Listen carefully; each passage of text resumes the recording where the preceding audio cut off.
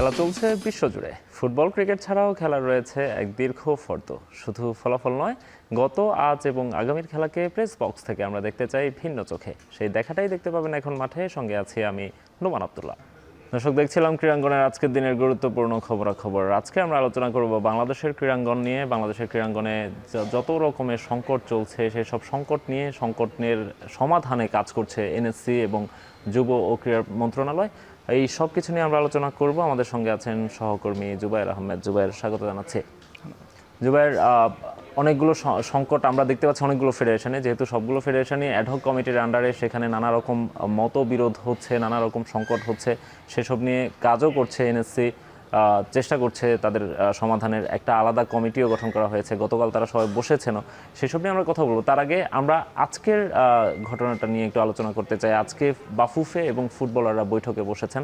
তারা কয়েকদিন আগে আমরা দেখেছি তারা ফুটবল ভবনের সামনে, ফেডারেশনের সামনে তারা আন্দোলনও করেছেন। তারা সবাই দেশি ফুটবলাররা তারা একত্রিত হয়েছেন। বেশ কিছু দাবি দাওয়া তাদের আছে।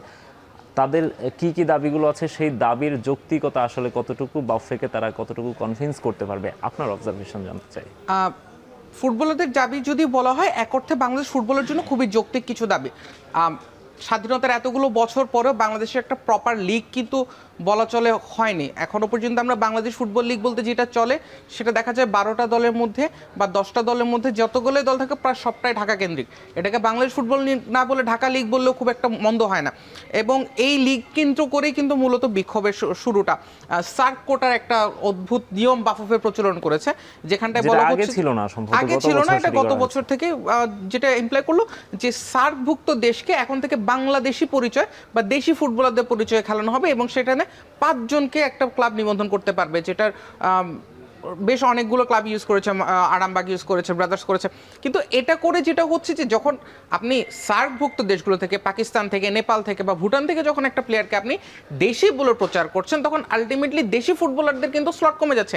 এমনিতেই আফ্রিকা থেকে আসা একাধিক প্লেয়ারের জন্য বাংলাদেশের স্ট্রাইকার সংকট, বাংলাদেশের নাম্বার নাই।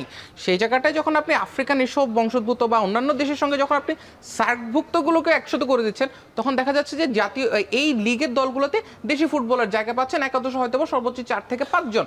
এটা কিন্তু দেশি ফুটবলের জন্য একটা সংকট তৈরি করে দিচ্ছে। এবং শুধুমাত্র সেটা না, তাদের আরও কিছু দাবি ছিল। সার্কোটা তো একটা পোর্শন, আরেকটা পোর্শনের মধ্যে তারা বলেছেন যে লিগের এবং দেশি ফুটবলারদের একটা দীর্ঘমেয়াদী পরিকল্পনা দরকার, যেটা স্থানীয় ফুটবলারদের মান উন্নয়ন করবে। এই জিনিসটা কিন্তু খুবই দরকার। আপনি যখন বাংলাদেশ ফুটবলের যখন জোয়ারের কথা আমরা বলি, তখন আমরা ন্যাশনাল টিমকে মেনটেন করি, কিন্তু ন্যাশনাল টিম অ্যাকচুয়ালি বছরে কয়টা ম্যাচ খেলে? সর্বোচ্চ 10টা। ফিফা উইন্ডো 4-5টা থেকে 10টা ম্যাচ খেলছে। ফুটবল জিনিসটাই ক্লাব কেন্দ্রিক। আমরা যখনই বড় ফুটবলের কথা বলি, আমরা আর্সেলোনার কথা বলি, বার্সেলোনার কথা বলি, আমরা Manchester United, Chelsea, Real Madrid, এই ধরনের ক্লাবগুলোর কথা বলি। ফুটবল চলে এই ক্লাবের ভিত্তিতে। সুতরাং বাংলাদেশের ফুটবলটাকে যদি জাগাতে হয়, তাহলে আগে ক্লাবগুলোকে দেখা দরকার। দীর্ঘমেয়াদের উন্নয়নের একটা কথা বলছে। আর্থিক একটা ইস্যু কিন্তু ফুটবলারদের আছে। তারা বারবারই বলছেন যে তাদের যেন আর্থিক নিরাপত্তা নিশ্চিতের জন্য ফেডারেশন কাজ করে। আমরা যদি দেখি যে আবাহনী, মোহামেডান, ফকিরাপোল, ইভেন বসুন্ধরা কিংস, যাদেরকে আমরা বাংলাদেশ ফুটবল সবচেয়ে পেশাদার ক্লাব বলছি, তারাও ফুটবলারদের পারিশ্রমিক মেটাতে পারছে না, যেটার কারণে কিন্তু তারিক কাজী, কিউবা মিচেলের মতো দুজন প্রতিষ্ঠিত তারকা বাংলাদেশের ফুটবলকে বিদায় বলে চলে গিয়েছেন।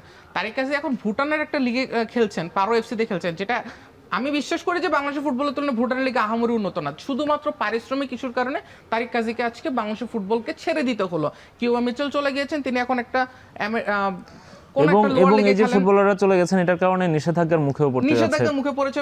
এবং আমরা যতটুকু জানতে পেরেছি বাফুফের সংশ্লিষ্ট কয়েকজনের সঙ্গে কথা বলে, আমি পার্সোনালি যখন কথা বলেছি, এমনও হতে পারে সামনে বসুন্ধরা কিংসকে আমরা দেখবো না।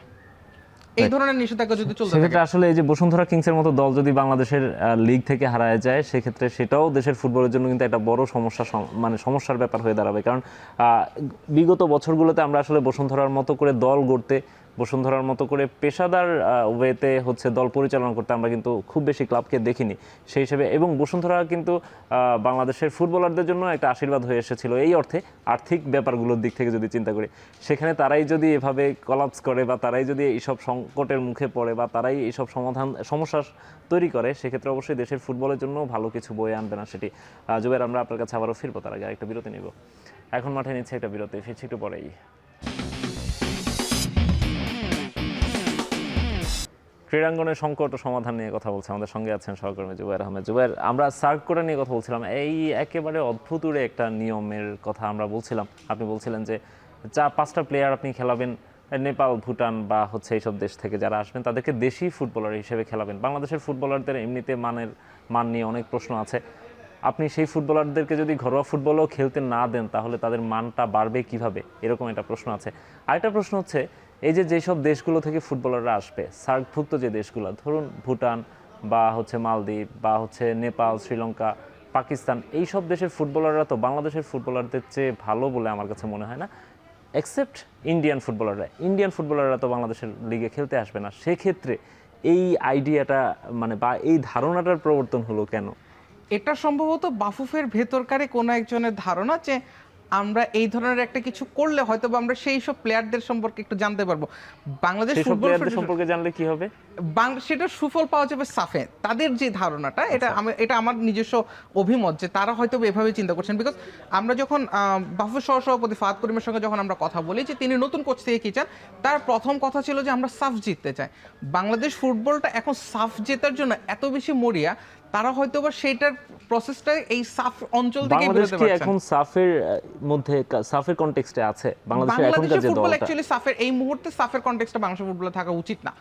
কারণ আমাদের দলে যেই পরিমাণ প্লেয়ার আসছে, হামজা সুমিতদের কথা যদি বাদও দিই, আমাদের পাইপলাইনে আন্ডার-20তেই যে পরিমাণ প্লেয়ার আছে, আমরা রোনান সুলিভান, ডেকলান সুলিভানের কথা বলতে পারি, ইয়াংস্টারদের মধ্যে আমরা ফাহমিদুলের কথা বলতে পারি, আমাদের যেই পরিমাণ প্লেয়ার আছে, জায়ানের কথা বলতে পারি, এদেরকে নিয়ে শুধুমাত্র আমরা সাফের জন্য লড়াই করব, এটা অ্যাকচুয়ালি বাংলাদেশের জন্য বাস্তবসম্মত আইডিয়া না। এবং সার্ক কোটার যে থট প্রসেসটা যেটা পেছনে ছিল, যে এই ধরনের প্লেয়ারদেরকে আনলে প্রতিযোগিতামূলক পরিবেশ বাংলাদেশের লিগে পারবে, এটা অ্যাকচুয়ালি খুব বেশি এখন পর্যন্ত দেখা যায় না এটা সুফল। এটা বাংলাদেশের ফুটবলকে খুব বেশি এগিয়েও দিচ্ছে না, সেটা তো আমরা দেখলাম এর মাঝে। এবং লিগের যে প্রতিযোগিতার মানটা যে বেড়েছে, বাংলাদেশ ফুটবল লিগ যে আগের মতো দর্শক ফেরাতে পেরেছে বা লিগে যে পয়েন্ট টেবিলের জন্য যে খুব বেশি হাড্ডাড্ডি লড়েছে এমনটাও না। সো এটা খুবই গোলমেলে একটা প্রসেস ছিল এবং এটা থেকে এখন পর্যন্ত কোনো সুফল আসা জানি। ফুটবলারদের এই দাবিটার প্রতি অ্যাকচুয়ালি সম্মান জানাতেই হচ্ছে যে তারা নিজেদের জন্য, নিজেদের লিগের মান উন্নয়নের জন্য এই কাজটা করতে চাচ্ছেন।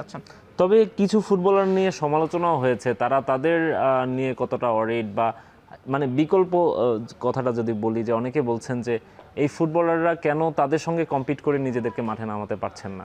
এই জায়গাটা তো বাংলাদেশের ফুটবলের একটা কনসার্ন যে আমাদের লিগের মানগুলো যেমন, আমাদের প্লেয়াররা যেভাবে নিজেদেরকে রেডি করেন, অ্যাকচুয়ালি এটা তো কোনোভাবে হয় না। এবং বাংলাদেশের ক্লাবগুলো এই ক্ষেত্রে পেশাদার কোনো আচরণ করতে পারছে না। মোহামেডানের মতো একটা ক্লাবের যদি আইসবাদ নেওয়ার জন্য তেলের ড্রামে গোসল করতে হয় একজন ফুটবলারকে, তাহলে সেটা তো আর অ্যাকচুয়ালি সমাধান না। বাংলাদেশের কোনো ক্লাব যেমন পেশাদার না, বাংলাদেশের ফুটবলাররাও সেভাবে সে অর্থে পেশাদার না। লিগ ছুটি পেলেই তারা নিজেদের এলাকায় চলে যাচ্ছেন, তারা যেভাবে বাইরের জায়গাগুলোতে খেলছেন, নিজেদের ফিটনেস নিয়ে তারা যেভাবে কাজ করেন, এটা অ্যাকচুয়ালি কোনোভাবে একটা স্ট্যান্ডার্ড হতে পারে না। এবং যেটার কারণে আজকে হয়তো বা দেখা যাচ্ছে বংশোদ্ভূত ফুটবলারদেরকে নিয়ে একটা যে উন্মাদনা, এটার কারণটা শুধুমাত্র একদিনে তৈরি হয় না, এটা দীর্ঘদিনে ধরে যে বাংলাদেশের ফুটবলারদের যে নিজেদের প্রতি যে অনীহাটা ছিল, সেটারই একটা ফলাফল বলা যায় এই জায়গাগুলোতে। রাইট জুবায়ের, আমরা আরো আলোচনা করব, তার আগে আরেকটা বিরতি সময় হয়ে গেছে। এখন মাঠে নিচ্ছে আরো একটা বিরতি, ফিরছি একটু পরেই। সমাধান নিয়ে কথা বলছিলাম, আমাদের সঙ্গে আছেন সহকর্মী জুবায়ের আহমেদ। জুবায়ের, আমরা এই যে সবগুলো ফেডারেশনেই তো অ্যাডহক কমিটি, সেই অ্যাডহক কমিটিতে অনেকগুলো সংকট আমরা দেখতে পাচ্ছি। এর মধ্যে আর্চারির কথা বিশেষ করে বলতেই হয়। তাদের বর্তমান যে কমিটি আছে, সেই অ্যাডহক কমিটির সেক্রেটারি যিনি, তার বিরুদ্ধে একটা অনাস্থা চিঠি আমরা দেখেছি। সেই চিঠির বদৌলতে আমরা দেখেছি যে গতকাল তারা যুব ক্রীড়া প্রতিমন্ত্রীর সঙ্গে বৈঠকেও বসেছেন। আলটিমেটলি কি সেই সমস্যার সমাধান তারা করতে পেরেছেন কিনা? যুব ক্রীড়া প্রতিমন্ত্রীর সঙ্গে বৈঠক শেষ, সমস্যা কেন তৈরি হয়েছিল সেটি একটু বলবেন ছোট করে, সমাধান? সমস্যাটা তৈরি হয়েছিল বেশ কয়েকটা ইস্যুজের কারণে। সাধারণ সম্পাদক তানভীর আহমেদের বিরুদ্ধে বেশ কয়েকটা আপনার অভিযোগ ছিল, যার মধ্যে একটা ছিল হচ্ছে যে কোষাধ্যক্ষকে গঠনতন্ত্র না মেনেই বহিষ্কার করে দেয়। কোন একজনকে কমিটি থেকে বহিষ্কার করতে হলে আগে সেটা এনএসসিতে চিঠি দিতে হবে, এনএসসি সেটা অ্যাপ্রুভ করলে তারপরে তার বহিষ্কার আদেশ কার্যকর হবে। কিন্তু আর্চারি ফেডারেশনে সেটা না করেই কোষাধ্যক্ষকে সরিয়ে দেওয়া হয় এবং এর পরপরে ফেডারেশনের যে ব্যাংক অ্যাকাউন্ট আছে সেখান থেকে প্রায় 20 লাখ টাকা সরিয়ে নেওয়া হয় এবং এটা নিয়ে মূলত সমস্যাটা তৈরি হয়। পরবর্তী যে জিনিসটা হয়েছিল যে আপনার চীনে আর্চারি ফেডারেশন ওয়ার্ল্ড কাপের জন্য কি দল পাঠাবে সেটা নিয়ে এবং দল আদতেও পাঠানো হবে কিনা সেটা নিয়েও একটা সমস্যা তৈরি হয়।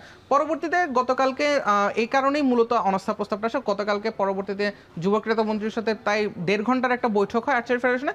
বৈঠক শেষ করে এসে আর্চারি ফেডারেশনের যিনি প্রতিষ্ঠাতা কাজী রাজউদ্দিন চপল, তিনি আমাদেরকে যে গণমাধ্যমে যে জিনিসটা বলেন যে সব সমস্যার সমাধান হয়েছে যুব ক্রীড়া প্রতিমন্ত্রীর হস্তক্ষেপে, সকল সমস্যার সমাধান হয়েছে। ব্যাংক হিসাব থেকে কেন 20 লাখ টাকা সরিয়ে নেওয়া হলো, কী কারণে সেটা খরচ করা হলো, সেটার হিসেবেও ক্রীড়া প্রতিমন্ত্রীকে বুঝিয়ে দেওয়া হয়েছে। এবং পরবর্তীতে তারা বলেছেন যে তারা আরেকটি জরুরি বোর্ড সভা ডেকে এই যত সমস্যার সমাধান আছে সবগুলো তারা ফিক্স করবেন এবং সেটা পরবর্তীতে জানানো হবে। এবং গঠনতন্ত্র অনুযায়ী কোষাধ্যক্ষ তার নিজের দায়িত্বেই কাজ করে যাবেন এবং তাকেও পরবর্তীতে সরানো হচ্ছে না। মোট কথা হচ্ছে যে যেই সংকটটা আর্চারি ফেডারেশন ছিল সেটা অনেকটা দূর হচ্ছে। এবং চীনে বিশ্বকাপের জন্য আর্চারি যেই পারফেক্ট যে দলটা দরকার, যে অভিজ্ঞ যে দলটাকে পাঠানোর জন্য প্রাথমিক প্ল্যান ছিল সেটাকেই পাঠানো হবে আর কি। রাইট। একই সঙ্গে শুধু আর্চারি না, আমরা জানি যে আরও কয়েকটা ফেডারেশনেও এই ধরনের সংকট চলছে।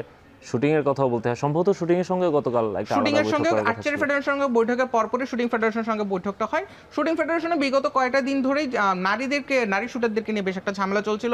শুটিং ফেডারেশনে বেশ কিছু অভ্যন্তরীণ কন্দল আছে, যদিও তারা গণমাধ্যমের সঙ্গে এই সম্পর্কে কথা বলতে চাননি। তবে এবং বৈঠকটাও বেশ অনেকটা সময় ধরে চলেছিল, রাত প্রায় 9:30 পরবর্তী গড়িয়ে যায়। কিন্তু যে জিনিসটা হচ্ছে শুটিং ফেডারেশনও অভ্যন্তরীণ কন্দল। বাংলাদেশের যে বর্তমানে যে অ্যাডহক কমিটিগুলো আছে সেখানে বেশিরভাগ ক্ষেত্রে যে সার্চ কমিটির মাধ্যমে, যেটাকে এই যে অ্যাডহক কমিটিগুলো সেই সার্চ কমিটির বেশ কিছু ভুলের কারণে মূলত অন্তর্কন্দলগুলো তৈরি হচ্ছে। এবং তাদের যে সার্চ কমিটি থেকে যেভাবে কমিটিগুলো গঠন করা হয়, অ্যাডহক কমিটিগুলো সেই গঠন প্রক্রিয়া নিয়ে অনেক ধরনের প্রশ্ন আছে। অনেক ক্ষেত্রে যোগ্য ব্যক্তিকে যোগ্য পদে না নিয়ে তার নিচের পদে বা ওপরের পদে বসানো পদবিন্যাস নিয়ে একটা জটিলতা চলছে। তো সেটার নিরসনে আবার এনএসএ আরেকভাবে কাজ করছে। অলরেডি জেলা কমিটিগুলো বাতিল করার জন্য বা অ্যাডহক কমিটির কাছ থেকে তারা সম্ভবত নির্বাচিত কমিটির কাছে কমিটির দিকে যাচ্ছেন এবং অলরেডি জেলা কমিটিগুলো সব জেলা কমিটি ভেঙে দেওয়া হয়েছে। নতুন নতুন জেলা কমিটিগুলো আসছে, সেখান থেকে কাউন্সিলরশিপ নিয়ে দ্রুত যেন একটা নির্বাচিত কমিটি আসে সেটার জন্য এনএসসি কে বেশ তৎপর দেখা গেল গত কয়েকদিনে। তারা একটা উপদেষ্টা কমিটিও করেছে, উপদেষ্টা কমিটির সেই কমিটি গতকাল বৈঠকে বসেছিল। রাইট। আমরা আশা করব যে এই যে উপদেষ্টা কমিটি করা হয়েছে বা জাতীয় ক্রীড়া পরিষদ যেভাবে সমস্যাগুলো সমাধান করতে চায় এবং নির্বাচিত কমিটির কাছে তারা যে ফেডারেশনগুলোকে হস্তান্তর করতে চায়, নিশ্চয়ই সেটাই হওয়া উচিত। নির্বাচিত কমিটি ফেডারেশনগুলোতে থাকা উচিত, যেভাবে আমরা বিগত বছরগুলোতে দেখে এসেছি। তবে এখানে একটা কথা অবশ্যই বলতে হয়, আমরা বিগত বছরগুলোতে যে রাজনৈতিক কমিটি দেখেছি সেই রাজনৈতিক কমিটি যেন না হয় সে ব্যাপারে আমরা অনেক আশ্বাস শুনেছি, সেটি এবার সামনে দেখার পালা আমাদের। জুবায়ের, আপনাকে অসংখ্য ধন্যবাদ আমাদেরকে সময় দেওয়ার জন্য। ধন্যবাদ। শেষ করছি এখন মাঠের আজকের আয়োজন। এখন টেলিভিশন ওয়েবসাইটে দেখতে ভিজিট করুন www.ekhon.tv, এছাড়া ফেসবুকে দেখুন facebook.com/tv.ekhon, ইউটিউবে দেখুন youtube.com/c/ekhon tv।